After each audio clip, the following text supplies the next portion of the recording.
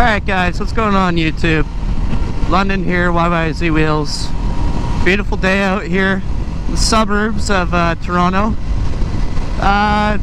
Main topic of this video is probably just going to be follow-up on the provincial election. So if you're American or if you're from a different province, maybe this won't interest you. Hell, maybe it will. You can stick around and find out. Before I jump into it, just going up to a little suburb of Toronto called Port Perry today.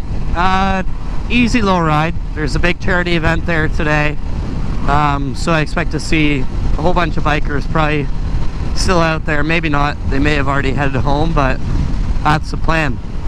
So for those of you who don't know, Canada is split into provinces, kind of like America would be split into states, or I think the UK has like districts and stuff.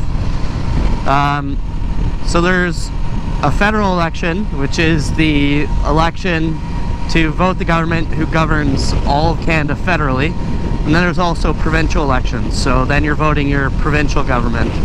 Overall, the provincial government usually has more rule on what happens within the province, but the federal government would set federal guidelines that each provincial legislation has to adhere to. So this election that just took place was the provincial election. Now, a number of months back, our federal election took place, and that saw Justin Trudeau become elected as a member of the Liberal Party. And before that, Stephen Harper was a member of the Progressive Conservative Party, and he held power for a number of years. I want to say at least a decade. Could be wrong on that. That was a shift from the government becoming a progressive conservative federal government to a liberal federal government. Now, for those of you who maybe might not be from Canada or maybe just don't care about politics, there are essentially three main parties in Canada. So there's the Progressive Conservatives, or PC, and they're usually the most fiscally responsible spending party. There is the Liberal Party, and they are usually the most socialist, so they like to give out as much as they can to the people. And then we've kind of seen the recent emergence of the NDP party, the New Democratic Party, who from their platform this year at least kind of seems to be more so for extreme socialism and unions. In my opinion, I don't think any one party is better than another party. I think each individual has a set of preferences and a set of morals that kind of dictates how they live their life, and they should choose the party that best represents them. I don't think you can sit there and say, well, hey, this party just isn't good. I think it really comes down to each individual person, which is the beauty of democracy, and more so the beauty of Canada, right? There's a whole bunch of different people who live in this country with a lot of diverse views, a lot of morals that are either more or less important for each person. So democracy can be a beautiful thing.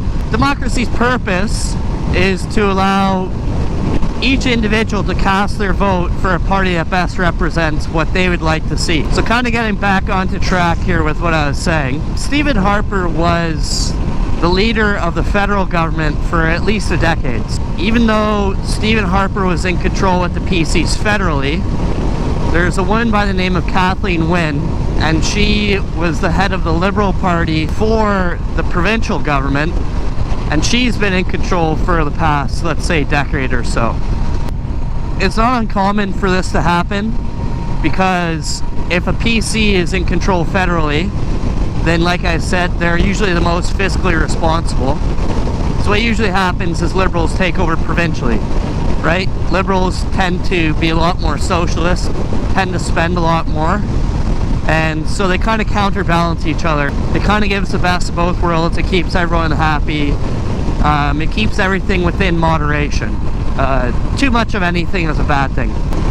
So this election was a bit of a turn, because we saw the Liberal Party become the elected federal government, and the Liberals were also still in power of the provincial government, which kind of leads to too much socialism, not enough fiscal responsibility, and like I was saying, usually the parties kind of counterbalance each other. So it was my prediction from the get-go that the Progressive Conservatives would hold a majority power. That's just because these parties kind of tend to flip-flop. Whoever's in federal power doesn't become in provincial power, but that's the way it is. This year the candidacy was a little bit different. There were more, the candidacy was just a little bit different because with all the US election, I think a lot of Canadians were kind of just fed up with politics to begin with before the election had even started. From what I saw, the NDPs and Liberals ran a whole bunch of slander campaigns. So what happened with the PC party is they had a representative who was going to be heading the party, and a few weeks before the election, the party had a scandal. This individual had a scandal, and then they were left finding a new suitable replacement candidate.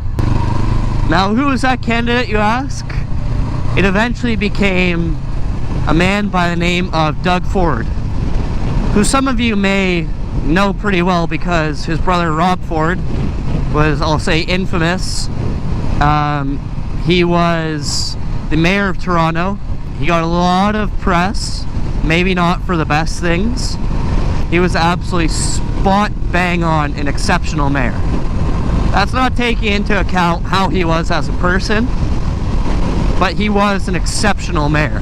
Now this is where things kind of got interesting, because I think you saw kind of three major voters in this election this year. The first kind of major voter was the people who were just against Doug Ford because he's related to Rob Ford. Everyone knows that if you're related to someone else in your family, you share exactly the same viewpoints. So it makes sense just to hate someone for who their family is, because you're carbon copies of each other, right? That was sarcasm. I know the internet can't detect it, but that was just pure sarcasm. So you had those voters who weren't going to vote for PC party, regardless of their platform, just because they didn't like Rob Ford, and because Doug Ford is running, they therefore didn't like the PC platform. In my opinion, that's an incredibly stupid way to vote, and it ruins democracy. Then the second kind of people that were voting, which we kind of saw in the last federal election, were people who weren't going to vote for a certain party because of what that party had done. So in our last federal election, a lot of people didn't like Stephen Harper. So a lot of people who are asking for advice, people would chime in and say, I'm voting ABC. Ha ha ha, anything but conservative, regardless of their platform. So Kathleen Wynne kind of came into a lot of fire because she made a lot of dumb moves. She increased a lot of hydro, made it kind of hard for normal people to live, increased gases, so a lot of people weren't going to vote for that. There was kind of one other group of people who was voting, that was for the NDP. So NDP was a lady by the name of Andrea Horvath, and I think the reason a lot of people were considering NDP such a solid voting choice is a matter of time before the election, the teachers union rep came out and endorsed Andrea Horvath as the candidate that they'd be voting for.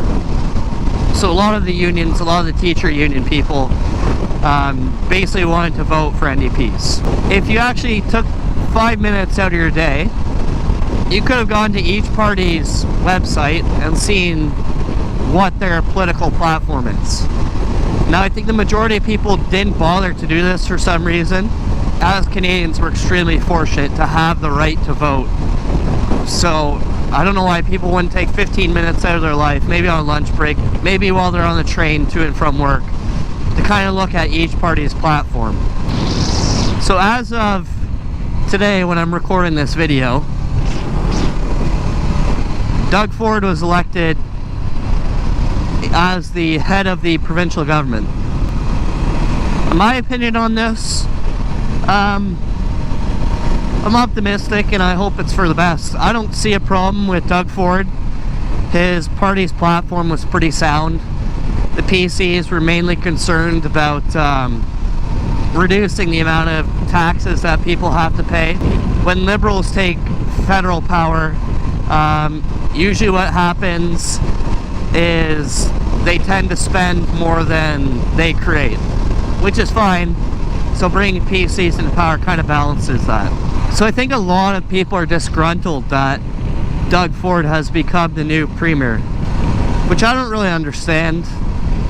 And in my opinion, I kind of feel like it's the whole America, we didn't get our way, so we're just gonna stomp our feet like tiny little children kind of thing. I'm optimistic that things will work out.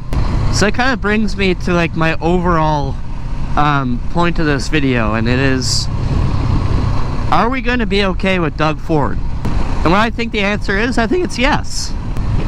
If you know anything about government, there's so many roadblocks and barricades and two-way steps that are set up to kind of ensure that nothing bad happens, that I don't think anything of significant importance would happen and adversely affect us. And to be honest, I don't really understand the people who are complaining about the election.